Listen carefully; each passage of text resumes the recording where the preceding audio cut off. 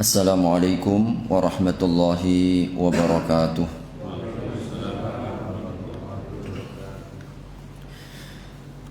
Innal hamdalillah nahmaduhu wa nasta'inuhu wa nastaghfiruh wa na'udzu billahi min shururi anfusina wa min sayyiati a'malina may yahdihillahu fala mudilla lahu wa man yudlil fala hadiya lahu.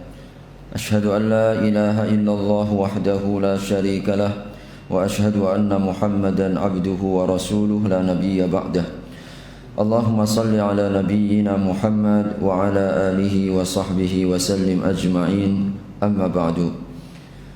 Senantiasa puji serta syukur marilah kita panjatkan kehadirat Allah Subhanahu wa taala. Salawat serta salam mari pula kita sampaikan kepada Nabi Allah Muhammad sallallahu alaihi wasallam, keluarga, para sahabat serta seluruh umatnya hingga akhir zaman. Insyaallah kita akan melanjutkan kajian tafsir surat Al-Baqarah memasuki ayat yang ke-31 sampai ayat yang ke-33. Baik, saya akan bacakan terlebih dahulu. أعوذ بالله من الشيطان الرجيم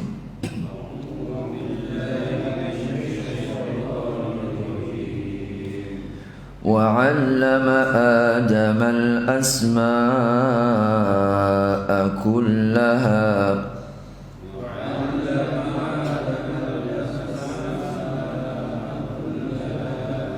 ثم عرضهم على الملائكة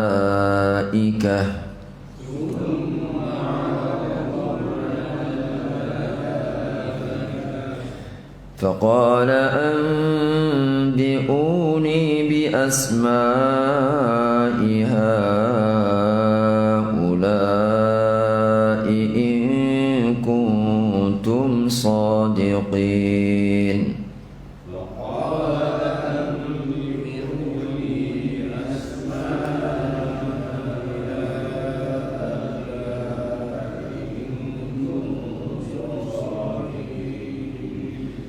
قالوا سبحانك لا علم لنا إلا ما علمتنا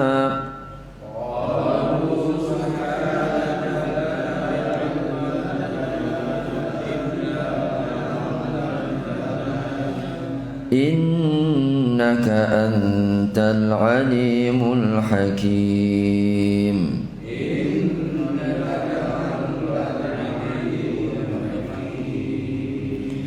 قال يا آدم أنبئهم بأسمائهم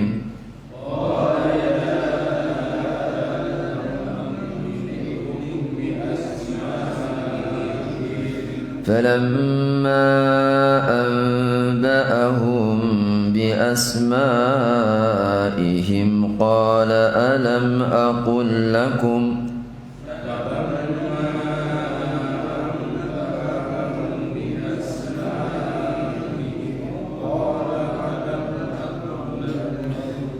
قال ألم أقل لكم إني أعلم غيب السماوات والأرض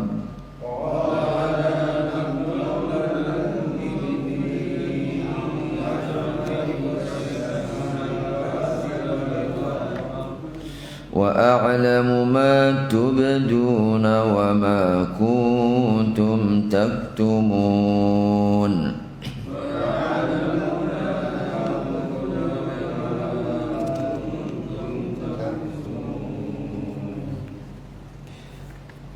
وَعَلَّمَ آدَمَ الْأَسْمَاءَ dan dia Allah mengajarkan kepada Adam al-asma'a nama-nama kullaha seluruhnya. Thumma 'aradahum 'alal malaikah, kemudian Allah menawarkan nama-nama itu 'alal malaikati kepada para malaikat. Faqala anbi'uni, lalu berfirmanlah Allah, anbi'uni, beritahukan kepadaku bi asma'iha ula, dengan nama-nama mereka itu, in kuntum shadiqin, jikalau kalian orang-orang yang benar. Qalu, mereka para malaikat menjawab, subhanaka, maha suci engkau, la ilma lana illa ma 'allamtana, tiada ilmu pengetahuan bagi kami kecuali apa yang telah engkau ajarkan kepada kami. Innaka antal alimul hakim, sesungguhnya engkau maha mengetahui lagi maha bijaksana. Qala, Allah Subhanahu wa taala berfirman, ya Adam, wahai Adam, ambihum bi asma'ihim, beritahukanlah kepada mereka para malaikat itu bi asma'ihim, tentang nama-nama mereka, artinya yang telah diajarkan, nama-nama benda-benda seluruhnya. Falamma ambahum, maka tatkala ia Adam menceritakan tentangnya nama-nama itu bi asma'ihim, dengan nama-nama mereka, qala, maka Allah berfirman, alam aqul lakum, bukankah aku telah katakan kepada kalian, inni a'lamu ghaibas samawati wal ard, sesungguhnya aku mengetahui keghaiban langit dan bumi, wa a'lamu ma tubduna, dan aku mengetahui apa yang kalian nyatakan, wa ma kuntum taktumun, dan apa yang kalian sembunyikan. Hadirin rahimakumullah, 3 buah ayat untuk kita tadabburi. Ayat ini setelah ayat tentang kehendak Allah untuk menciptakan kepemimpinan atau makhluk yang nanti akan ditugaskan oleh Allah di permukaan bumi. Dan makhluk itu adalah Adam. Jadi makhluk yang dimaksudkan di dalam ayat 30, inni ja'ilun fil ardi khalifah, sesungguhnya aku hendak menjadikan di permukaan bumi itu khalifah, artinya 2 ya. Khalifah itu pemakmur, pemimpin. Kalau asal katanya khalifah itu sesuatu yang berganti-ganti. Jadi khalfun artinya sesuatu yang berganti antara satu generasi kemudian berganti dengan generasi berikutnya. Maka disitulah disebut dengan khalifah. Tugasnya ini berganti-ganti untuk menjadi pemakmur dan petugas yang Allah tugaskan di permukaan bumi ini. Maka di ayat 30 tidak disebutkan siapa. Maka di ayat 31 ini yang dimaksudkan oleh Allah khalifah, inni ja'ilun fil ardi khalifah, itu adalah Adam. Jadi adalah Adam. Dan ini adalah nama ya, yang Allah Subhanahu wa taala juga cantumkan secara langsung di dalam ayat ini, di mana Allah Subhanahu wa taala kata-kata Adam ini, kata-kata Adam itu berakar ya dari kata Adam li udmihi. Jadi disebut Adam, yaitu Adam min adimil ardi wa tiniha, karena diciptakan oleh Allah dari tanah liatnya bumi. Nah, kita diciptakan oleh Allah dari tanah. Minha khalaqnakum wa fiha nu'idukum wa minha nukhrijukum taratan ukhra. Dari tanah aku ciptakan, ke tanah aku kembalikan, dan dari tanah pula nanti aku bangkitkan. Maka nama Adam itu merujuk dari akar kata bahasa Arab, yaitu adimil ard, yaitu tanah liatnya daripada bumi. Dan juga ini merujuk kepada kalimat Adam itu, yaitu liudmatihi. Ini kembali kepada bahasa Arab agar kita paham. Sering menyebut Nabi Adam, tapi kita tidak tahu asal usulnya ya. Disebut Adam itu kenapa? Adimil ard. Adimil ard itu artinya apa? Tanah liatnya daripada bumi. Nah, dan oleh karena ini untuk menunjukkan ketika kita mengenal kita ini anak keturunan Adam, kita ini hamba yang Allah ciptakan dari tanah begitu. Jadi kalau nyebut Nabi Adam, nah kita kan Bani Adam ini kan, anak keturunan Adam, anak keturunan ciptaan Allah yang terbuat dari tanah. Allah kuasa menciptakan kita dari tanah lalu jadi sempurna begini. Subhanallah. Ini sungguh sebuah kesempurnaan ciptakan Allah tunjukkan kekuasaannya kepada kita. Nah, yang kedua disebut Adam itu adalah li udmatihi. Apa itu udmah? Ai laisa bil abyadil bahik walal aswadil halik. Yaitu di mana warna kulit Nabi Adam itu tidak putih putih ya, putih terlalu putih begitu ya. Tapi juga hitam nggak terlalu hitam. Apa itu warna apa itu? Putih nggak terlalu putih, tapi hitam nggak terlalu hitam. Tapi kalau kita ini putih enggak ya, coklat kalau kita kan. Nabi Adam itu tidak terlalu putih, tapi juga nggak terlalu hitam. Makanya keturunan ada yang putih, ada yang hitam juga kan. Karena memang dari keturunan yang dibuat Allah Subhanahu Wa Taala dari tanah yang berwarna-warni ya, subhanallah. Nah, ini juga berakar kata dari kata-kata Adam. Nah, kita tahu sekarang, oh ternyata Adam itu makna dan artinya adalah tanah liat. Untuk mengingatkan kita ini adalah ciptaan Allah yang Allah Subhanahu Wa Taala kehendaki ciptakan dengan melalui apa? Melalui atau dengan tanah. Hadirin rahimakumullah, Allah mengawali ayat ini dengan kalimat wa'allama, yaitu Allah ajarkan. Allah ajarkan ilmu. Allah ajarkan ilmu. Ini menjadi salah satu isyarat. Setelah jatuhnya ayat 31, di ayat 30 Allah memilih kita untuk menjadi khalifah di permukaan bumi. Kemudian dilanjutkan dengan ilmu yang diajarkan oleh Allah kepada Nabi Allah Adam, makhluk yang dikehendaki Allah untuk menjadi khalifah. Ini menunjukkan bahwa ilmu adalah salah satu pilar sumber kemuliaan kita. Mengapa tidak malaikat? Mengapa tidak yang lain? Lalu Allah pilih kita sebagai hamba. Maka ayat 31 memberikan rahasianya. Kenapa Allah pilih kita, kok enggak yang lain? Apa rahasianya?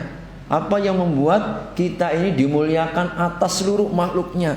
Kita dipilih oleh Allah Subhanahu Wa Taala atas seluruh ciptaannya, bukan malaikat, bukan setan, bukan binatang, bukan langit, bukan bumi. Bahkan di surat Al-Ahzab itu, inna aradnal amanata 'alas samawati wal ard wal jibal fa abaina ayyahmilnaha. Kami ditawarkan ke langit. Allah pernah tawarkan amanah ini. Ditawarkan ke langit, ditawarkan ke bumi, ditawarkan ke gunung. Wal jibal fa'abaina. Mereka merasa berat. Wa ashfaqna minha. Takut mereka tidak amanah. Wa hamalahal insan. Kitalah yang kemudian mengemban amanah itu. Kita yang dipilih. Hadirin, maka tentu kita mendapatkan satu rahasianya, yaitu ilmu. Maka orang kalau ingin dimuliakan Allah, tidak ada lain kecuali bekal ilmu. Ini adalah kunci kemuliaan. Orang punya ilmu, punya harta, insya Allah akan menjaga. Yang paling berat ini kan Pak ya, banyak harta tidak punya ilmu. Nah, itu yang biasanya mencelakakan. Kalau orang berilmu, punya harta, maka hartanya dengan ilmunya ini, insya Allah orang punya kelebihan. Entah kelebihan materi, kelebihan kekuatan, kelebihan apapun di dunia ini, asal dia punya ilmu petunjuk agama, insya Allah aman. Aman. Kalau jadi pejabat yang menenteramkan, insya Allah, yang memakmurkan. Kalau dia jadi orang yang berilmu, maka ilmunya bermanfaat. Kalau dia menjadi konglomerat bisnismen, hartanya bermanfaat. Ini karena ilmu. Maka ilmu ini memuliakan. Hadirin, dan ini menjadi rahasia kenapa kita dipilih atas seluruh makhluknya. Maka ini juga menjadi isyarat bagi kita bahwa kita ketika dimuliakan karena ilmu, maka berbekallah. Maka Nabi SAW sejak pertama ayat yang pertama diturunkannya Iqra, kuncinya adalah ilmu. Iqra, membaca. Membaca ini adalah kunci daripada ilmu. Maka hadirin, umat Islam ini umat yang berilmu. Umat Islam ini umat yang selalu belajar, sering berada dalam majelis ilmu. Maka cukuplah Allah Subhanahu wa taala banggakan, karena ilmu ini kita diistimewakan bahkan atas malaikat. Atas malaikat sekalipun karena ilmu. Maka ilmu ini yang kemudian meninggikan derajat. Sebagaimana dalam surat Al-Mujadilah ayat yang ke-11, yarfa'illahu alladhina amanu minkum walladzina utul ilma darajat. Nah, Allah tinggikan orang yang beriman. Syaratnya pertama beriman, yang kedua berilmu, dengan derajat-derajat di mana? Dengan derajat di sisi Allah Subhanahu wa taala. Bahkan derajat di surganya nanti. Derajat di surganya nanti tergantung ilmunya. Maka hadirin, salah satu di antara jalan paling mudah menuju surganya adalah ilmu. Man salaka tariqan yaltamisu fihi ilman sahalallahu tariqahu ilal jannah. Allah akan mudahkan jalannya ke surga, bahkan menaiki tangga-tangga kemuliaan surga. Sebab apa hadirin? Kita ini kalau terus belajar, kita berada dalam majelis-majelis ilmu, insya Allah Allah kemudian buka itu sebab-sebab kebaikan. Banyak kebaikan. Karenanya Allah kaitkan kebaikan yang Allah hendak berikan dengan kefahamannya, dengan ilmu petunjuk Allah. May yuridillahu khairan yufaqihu fiddin. Kalau Allah kehendaki baik seorang hamba itu, ternyata apa? Dimudahkan faham dengan agama. Dimudahkan untuk selalu belajar agama. Dimudahkan mereka selalu dekat dengan majelis-majelis ilmu. Maka bersyukur kita kalau kita berkumpul di majelis ilmu, datang ke majelis ilmu, kita senantiasa menyimak majelis ilmu. Insya Allah ini tanda Allah cinta kepada kita. Allah tidak tinggikan surga kita. Sebab dengan ini iman insya Allah akan terjaga, istiqomah juga akan terjaga. Hadirin, kenapa orang kadang-kadang sulit untuk istiqomah? Salah satu penyebab utamanya adalah lemahnya ilmu. Sehingga akhirnya apa? Mudah terikut, alias ikut-ikutan. Kenapa dia ikut-ikutan? Tidak punya pijakan. Ya orang bodoh itu biasanya nggak punya pijakan dia. Ya diombang-ambingkan. Nah inilah maka pentingnya ilmu, sehingga ini memberikan kepada kita kembali satu isyarat ya, apa yang menjadi rahasia Allah istimewakan kita atas seluruh makhluknya adalah karena ilmu. Kemudian hadirin rahimakumullah, makna allama Adam ini juga sesungguhnya menjadi isyarat bahwa kita ini sesungguhnya telah diciptakan oleh Allah Subhanahu wa taala.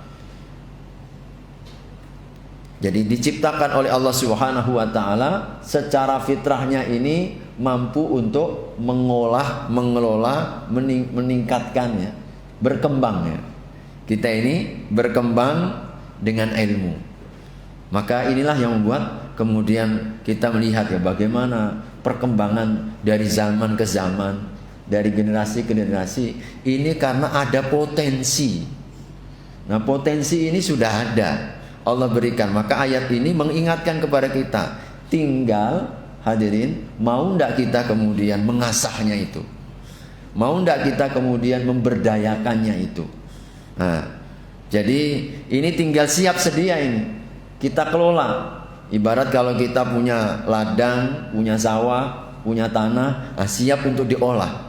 Nah, kita ini punya akal yang subhanallah, kalau diberdayakan luar biasa ajaibnya. Nah, ini tentu hadirin, kalau orang-orang yang hanya murni dunia, mereka hanya ya memfungsikan akal dan otaknya potensi, di mana kita dapat mengembangkan ilmu ini hanya untuk kepentingan-kepentingan dunia kita. Dan insya Allah hadirin rahimakumullah, kalau kita fungsikan untuk kebaikan maka tentu luar biasa. Kita nggak kebayang seperti Imam Bukhari misalkan, dari kecil, padahal beliau awalnya buta itu. Beliau awalnya buta. Subhanallah, Imam Bukhari itu awalnya buta hingga ibunya ini berdoa ya. hingga pada titik di mana hampir putus asa, tapi tidak pernah berhenti untuk berdoa. Keajaiban Allah Subhanahu wa taala berikan, dia melihat dan memiliki kecerdasan yang luar biasa. Macam komputer. Jadi jutaan hadis, jangankan jutaan ya. Apalagi Quran ya, jutaan hadis. Itu sanadnya, bukan lagi matanya, sanad, an'annya itu apa semua sampai Rasul. Tidak ada yang tertukar, satu huruf pun. Ini subhanallah, sebenarnya kita punya potensi. Nah sekarang ini kalau orang-orang mungkin dunia saja ya, mereka itu mengenal ada namanya 10 jam, 10.000 jam. Lakukan 10.000 jam, maka engkau akan menciptakan keajaiban. Itu dikenal, saya lupa namanya. Itu orang Inggris atau orang mana itu. Dia mengatakan itu. Artinya apa? Ketika orang itu fokus, ketika orang itu serius, pasti akan mendapatkan. Orang-orang yang kita anggap mungkin mereka itu unggul ya, istimewa di bidang dunianya, baik di olahraga, baik di dunia bisnisnya, baik dalam bidang apapun. Ternyata mereka menerapkan ini. Mereka menerapkan ini. Itu ada saya pernah sedikit baca untuk pengetahuan saja ya. Battle itu atau battle itu, grup musik battle itu kan cukup terkenal ya.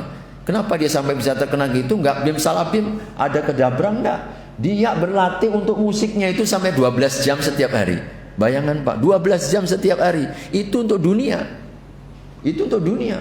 Thomas Edison berapa kali dia coba. Dapat juga akhirnya. Ini fokus dan serius. Nah tentu mereka hanya mengenal ya'lamuna zahiran minal hayatid dunya wa hum 'anil akhirati ghafilun. Yang mereka kenal itu hanya dunia, sehingga waktunya itu hanya difokuskan, kemudian dikembangkan untuk dunia saja. Dengan akhirat mereka itu tidak kenal dengan namanya akhirat. Maka sungguh kaum muslimin paling berkepentingan untuk apa? Memanfaatkan akal yang Allah berikan dalam rangka untuk kemaslahatan dunia dan akhirat. Dunia dan akhirat. Maka hadirin rahimakumullah, kita punya potensi ini. Jadi para pakar neurologi, neurologi itu ahli otak Pak ya. Kita ini punya potensi untuk dapat menguasai dalam waktu. Jadi dalam kita ini mampu untuk menguasai 16 bahasa. 16 bahasa. Kita punya potensi. Rata-rata kita itu belum ada sepertiganya memfungsikan otak kita. Otak kita itu belum kita fungsikan. Akhirnya apa? Otak ini kalau nggak difungsikan, lama-lama mati. Tapi kalau sering baca, sering dengar, sering belajar, maka akan ada jaringan lagi. Jaringannya itu tumbuh, maka nggak pernah usang. Tapi kalau kita ini jarang dengar, nggak pernah baca, apalagi nggak baca Quran, itu cepet pikunnya itu. Karena apa? Nggak difungsikan, akhirnya mati jaringannya sedikit, akhirnya jadi mengecil otaknya. Subhanallah. Bayangkan bagaimana mengapa orang kalau sering baca Al-Quran, apalagi murojaah penghafalan Al-Quran, sering baca, insya Allah Subhanahu wa ta'ala otaknya, akalnya terus berkembang. Dan tidak mungkin ya otak kita ini akan konslet begitu. Tidak mungkin. Jadi Allah Subhanahu wa ta'ala telah ciptakan ada potensinya itu. Oleh karenanya ini menjadi dorongan bagi kita ketika menjadi kunci keistimewaan tentang belajar dan mengajar. Ya, belajar dan mengajar. Allah ajarkan kepada Nabi Adam, berarti beliau belajar al-asma'a kullaha, semua nama-nama semuanya. Sebagian menyebutkan yang disebut dengan al-asma ini adalah semua nama dari ciptaan-ciptaan Allah. Ini langit, ini bumi, ini apapun, semuanya tidak tersisa. Diajarkan oleh Allah Subhanahu wa ta'ala. Sebagian mereka ahli tafsir, mereka juga mengatakan al-asma itu bahasa. Semua bahasa ini adalah Allah ajarkan kepada Nabi Adam. Sehingga hampir rata-rata kalau dalam ilmu linguistik, ilmu bahasa itu bahkan bahasa itu sangat-sangat berdekatan. Pengucapannya itu berdekat-dekatan begitu. Hanya karena mungkin dulu karena asal usulnya dari sama. Asal usulnya. Ini banyak ilmu linguistik yang setelah diteliti mirip-mirip. Bahasa Inggris, bahasa Arab, bahasa Indonesia, bahasa ini dan seterusnya. Subhanallah, maka tentu ini adalah turun-temurun diwariskan dari semenjak Nabi Adam alaihi salam hingga Allah Subhanahu wa taala menghendaki hari akhirat ya. Hadirin rahimakumullah, itu makna al-asma. Tsumma aradahum 'alal malaikah. Setelah Allah ajarkan dan Nabi Allah Adam belajar dari seluruh nama-nama maupun juga bahasa, kemudian Allah memperlihatkan kepada para malaikat. Faqala ambiuni. Tolong sekarang ceritakan. Jadi seakan ini adalah untuk menguak hikmah. Allah tidak nunjukkan kepada para malaikat bahwasanya sebelumnya kan macam bukan diprotes ya. Mereka ingin mencari hikmah. Ini yang lebih beradab ya. Tidak mungkin malaikat itu protes. Ini kadang bahasa terlalu kasar ya. Protesnya kepada Allah. Tidak mungkin. Tetapi tujuan malaikat menanyakan, kenapa engkau tidak menciptakan makhluk yang nanti hanya akan menumpahkan darah dan mereka saling membunuh. Ini seakan-akan para malaikat itu ingin menguak apa rahasia Allah, apa hikmahnya Allah Subhanahu wa ta'ala. Maka itu dijawab di ayat 31 ini. Ambiuni. Nah sekarang kau ceritakan, untuk aku tunjukkan buktinya bahwa inni a'lamu ma la ta'lamun. Aku mengetahui apa yang tidak kalian tahu. Di penutup ayat 30 kan, aku mengetahui apa yang kalian tidak tahu. Aku tahu maksud dan kemudian tujuanku, hikmahnya. Maka diajarkan, hafal semua, tahu semua yang diajarkan. Setelah diajarkan kepada Adam, giliran para malaikat, tolong sekarang sebut namanya itu, ambiuni bi asma'i haula in kuntum shadiqin. Kalau memang kalian benar, dengan dakwaan seakan mempertanyakan. Nah inilah hikmahnya. Nabi Adam dipilih dan kemudian diistimewakan, lalu ditugaskan oleh Allah untuk pemakmur bumi dan menjaganya ini, karena Allah telah bekali potensi-potensi. Ada kemampuan-kemampuan, kesiapan-kesiapan yang telah Allah berikan yang tidak ada pada makhluknya yang lain. Maka adanya keistimewaan inilah bekal utama. Hadirin, tidak mungkin kita ini tugas nggak punya bekal, tidak mungkin. Maka disitulah juga pentingnya bagi kita, hadirin, tentu jadi isyarat juga bagi kita. Kalau ingin jadi pemimpin, baik-baik dan banyak-banyaklah bekalannya. Mau jadi pemimpin modalnya semangat doang, tapi ilmunya nggak ada. Nah itu nanti seringkali menghancurkan. Maka pesan Umar ibn Khattab radhiyallahu taala anhu kepada kita semua calon-calon para pemimpin adalah tafaqahu qabla an tasudu. Belajarlah agama kalian sebelum kalian jadi pemimpin. Itu bahasanya. Tafaqahu, belajarlah kalian, dalami dulu agama sebelum kalian jadi pemimpin. Dan ternyata isyaratnya begitu. Allah Subhanahu wa ta'ala ketika hendak menjadikan pemimpin di permukaan bumi ini, Allah tidak kemudian lepas begitu saja, tapi Allah bekali. Dan bekal paling utama apa? Ilmu. Maka ketika semangat memimpin tanpa didasari dan dilandasi oleh ilmu, pasti menghancurkan. Pasti menghancurkan. Sehingga apa yang ditakutkan oleh para malaikat, hanya kerjaannya numpahkan darah, lalu kemudian mereka saling merusak bumi. Itu yang terjadi. Kenapa yang terjadi? Merusak bumi dan saling menumpahkan darah karena kepemimpinan yang tidak dilandasi oleh ilmu. Tetapi kalau kekhalifahan, kepemimpinan dilandasi oleh ilmu, insya Allah ilmu mengawal. Ilmu yang akan mengawal, ilmu yang akan senantiasa memperbaiki, bukan merusak. Maka inilah hadirin apa yang sudah diprediksikan oleh Nabi. Memang ketika ditanya oleh malaikat Jibril bahwasanya kapan itu hari kiamat, mal mas'ulu anha bi'a'lama minas sa'il, tidaklah yang ditanya lebih paham daripada yang bertanya. Aku yang ditanya, juga engkau yang bertanya, tidak ada yang tahu. Tetapi malaikat Jibril kemudian mengatakan, beritahukan tentang tanda-tandanya. Salah satu tandanya adalah antarul khufata al-urata ru'a asya'i yatatawaluna al-bunyan. Engkau nanti akan menyaksikan orang tidak beralas kaki, orang tidak berbaju, lagi penggembala kambing. Ini semuanya adalah simbol kemiskinan dan kebodohan seluruhnya. Tapi dalam realitanya mereka berlomba-lomba meninggikan bangunan. Jadi orang miskin meninggikan bangunan. Apa maksudnya ini sabda Nabi? Maka ditafsirkanlah oleh para pensyarah hadis, yaitu apa?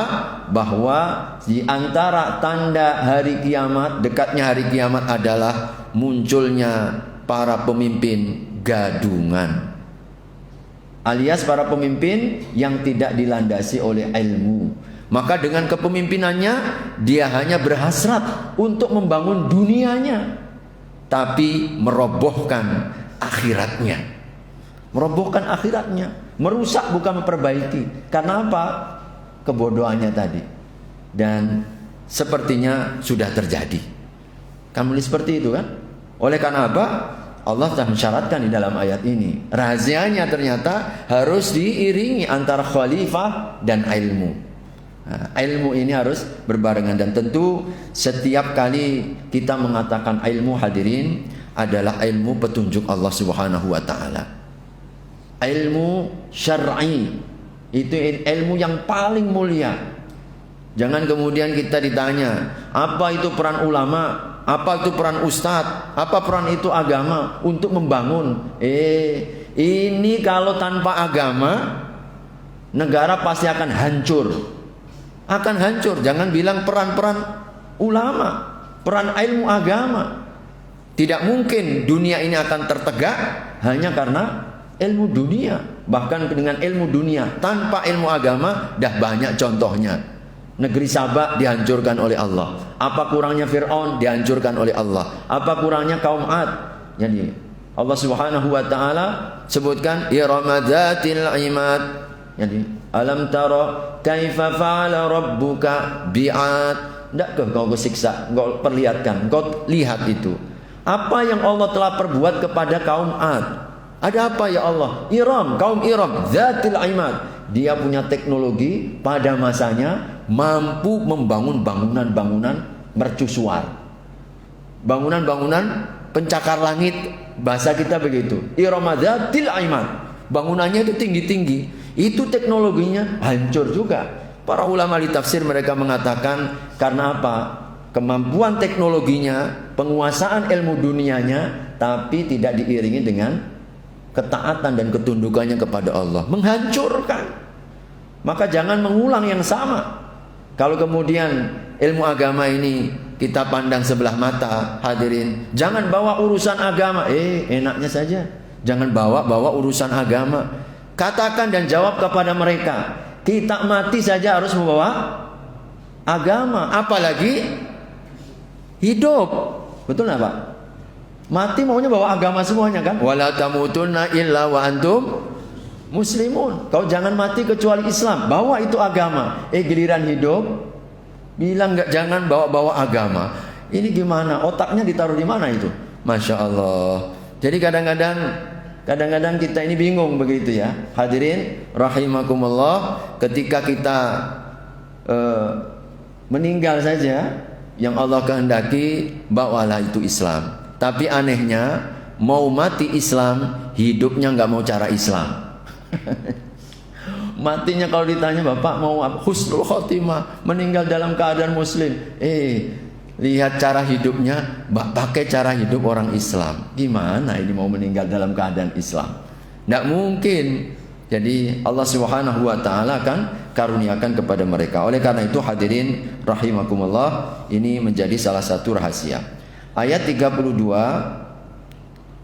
jawaban para malaikat yang menjadi teladan bagi kita. Qalu subhanak la ilma lana illa ma 'allamtana innaka antal alimul hakim. Para malaikat ketika memang mereka tidak mengetahui ilmunya, maka mereka memiliki adab yang sangat mulia, menjadi teladan bagi seluruh makhluknya ketika mereka menyandarkan kepada Allah Subhanahu wa taala. Subhanak.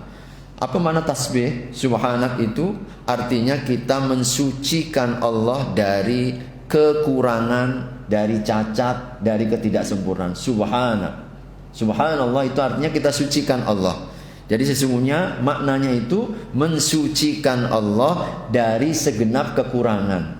Jadi seakan kalimat subhanak yang diucapkan oleh para malaikat itu mensucikan Allah. Ya Allah, maha suci Engkau. Kalau mungkin ada kelancangan sehingga seakan-akan aku menuduh bahwasanya Engkau berbuat tanpa sebuah hikmah.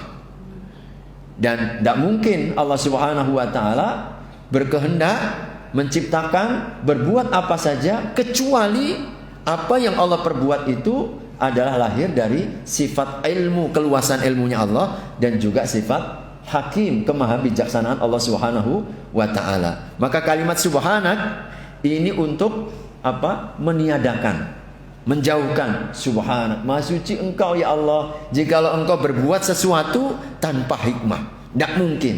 Maka ini dibersihkan, para malaikat membersihkan Allah Subhanahu wa taala. Subhanak diawali dengan pengakuan diri bahwa yang kurang adalah kami ya Allah, yang tidak sempurna kami ya Allah, yang penuh dengan kelemahan dan cacat itu kami ya Allah. Itu maknanya tasbih. Subhanallah, subhanallah, yang sempurna Engkau, tidak ada cacat, tidak ada kekurangan. Baru setelah itu kita mengakui la ilma lana, kami tidak mengetahui ilmu kecuali apa yang Kau ajarkan, apa yang Kau tugaskan. Hadirin, ini adab tertinggi yang luar biasa dari malaikat agar kita belajar bahwa ketika kita tidak mengetahui, jangan coba-coba kita mendahului Allah. Jangan coba mendahului Allah Subhanahu wa taala, apalagi kalau dalam memberikan fatwa. Tidak tahu dasarnya, kemudian kita ngarang seorang. Oh, sepertinya tidak apa-apa itu. Hukum nggak boleh sepertinya, tapi mesti harus ada dasarnya. Jadi kalau kita tidak tahu, tidak apa-apa. Saya nggak tahu ilmunya ini. Itu adab yang paling tinggi. Jangan mendahului Allah. Imam Malik rahimahullah, gurunya Imam Asy-Syafi'i, 40 soal pertanyaan kepada beliau, 39-nya dijawab wallahu a'lam bishawab. Hanya satu yang beliau bisa pastikan. Apa beliau orang bodoh? Gurunya Imam Syafi'i, pemilik kitab Al-Muwatta. Tebalnya segini kitab Muwatta itu. Isinya semuanya hadis. Tapi untuk menunjukkan waroknya, kehati-hatiannya. Tidak mudah kemudian main memutuskan, kecuali setelah faham betul dan didalami. Nah, ini orang yang bertakwa itu. Orang yang bertakwa, tidak sembarangan. Subhanallah. Dan ini ilmunya para malaikat ini. Adabnya para malaikat. Kalau tidak tahu, katakan tidak tahu. Jangan sampai kemudian kita karena khawatir, masa saya nanti dibilang tidak tahu gitu. Waduh, jatuh nanti pamor saya. Nah, akhirnya dia ngarang. Bahaya ini. Kemudian yang kedua juga hadirin, ini menjadi adab bagi kita, dan Allah ajarkan kalau kita, dan saya sering juga menggunakan ini sebagai sebagai pembuka ya, untuk mengingatkan kita bahwa kadang-kadang ilmu ini bisa saja memperdaya orang. Orang itu biasanya terpedaya, tertipu berbagai macam kelebihan. Ada yang kelebihan harta, akhirnya dia bisa jadi sombong. Ada yang karena lebih tampan atau cantik, akhirnya dia sombong. Ada yang karena kedudukannya tinggi, bisa membuat sombong. Termasuk juga orang yang punya kelebihan ilmu. Kalau tidak berhati-hati, nanti macam Bal'am bin Ba'ura, ya kan? Nanti macam Qarun. Orang-orang berilmu semuanya itu. Macam Haman, itu perdana menterinya, itu juga punya ilmu itu, tapi kemudian terperdaya oleh ilmu-ilmunya ini, sehingga akhirnya kemudian dia tersesat. Oleh karena itu terapinya dengan ayat ini. Sering-sering baca la ilmana illa ma'allamtana untuk menundukkan hati. Kita ini tahu apa yang Allah ajarkan, maka jangan sombong dengan ilmu. Nah begitu. Jangan sombong dengan ilmu. Kita ini dibukakan oleh Allah pintu ilmu kita, dimudahkan oleh Allah, maka dia tidak akan pernah kemudian dengan ilmunya ini suka kemudian sombong. Sebab hadirin, kalau sudah sombong ini dia meremehkan orang. Tengok orang yang berilmu itu macam diinjak-injak, ya, harga dirinya, kemudian diremehkan dan lain sebagainya. Maka untuk mengobati ini salah satunya dengan doanya dan ucapan dari malaikat ini, subhanak. Jadi kita mensucikan Allah Subhanahu wa taala, menghilangkan Allah dari semua kekurangan. Yang kurang itu kita, yang lemah itu kita. Jadi, dan juga tidak adanya ilmu yang kita miliki kecuali yang diajarkan kepada kita. Innaka antal alimul hakim. Sesungguhnya engkau ya Allah yang maha mengetahui dan maha bijaksana. Jadi ini pujian dengan sifat Allah, Al-Alim, Al-Hakim. Jadi lengkap ya, pengetahuan Allah yang penuh dengan kebijaksanaan. Kadang hadirin, ada orang yang berilmu kurang bijaksana, ada. Jadi orang ilmunya banyak tapi kurang bijaksana. Nah makanya Allah Subhanahu wa taala sifatnya Al-Alim, Al-Hakim. Bahwasanya pengetahuan dan ilmu Allah ini selalu diiringi dengan kebijaksanaan Allah Subhanahu wa taala yang maha sempurna. Hadirin, 2 ayat ya, subhanallah, waktu begitu cepat ya. Habis maghrib, mudah-mudahan 2 buah ayat ini dululah kita fahami, kemudian kita tadabburi menjadi ilmu yang bermanfaat. Ya, tentu hadirin semakin menambah kekuatan istiqomah kita. Itu yang terpenting. Semakin menambah kekuatan istiqomah kita, terutama di dalam ayat ini yang menjadi nilai keistimewaan Nabiullah Adam, dan diistimewakannya mendapatkan tugas adalah karena ilmunya. Oleh karenanya makin terus kita libatkan, kita dekatkan dengan majelis-majelis ilmu. Tapi kalau sudah dapat ilmu, jangan sombong. Nah, kalau sudah dapat ilmu, jangan sombong. Seperti di ayat 32-nya. Wallahu a'lam bishawab. Saya kira itu yang dapat saya sampaikan. Mudah-mudahan ada ilmu manfaatnya. Aqulu qouli hadza wa astaghfirullah. Mari kita sempurnakan dengan doa kafaratul majlis. Subhanakallahumma wa bihamdika asyhadu an la ilaha illa anta astaghfiruka wa atubu ilaik. Wassalamualaikum warahmatullahi wabarakatuh.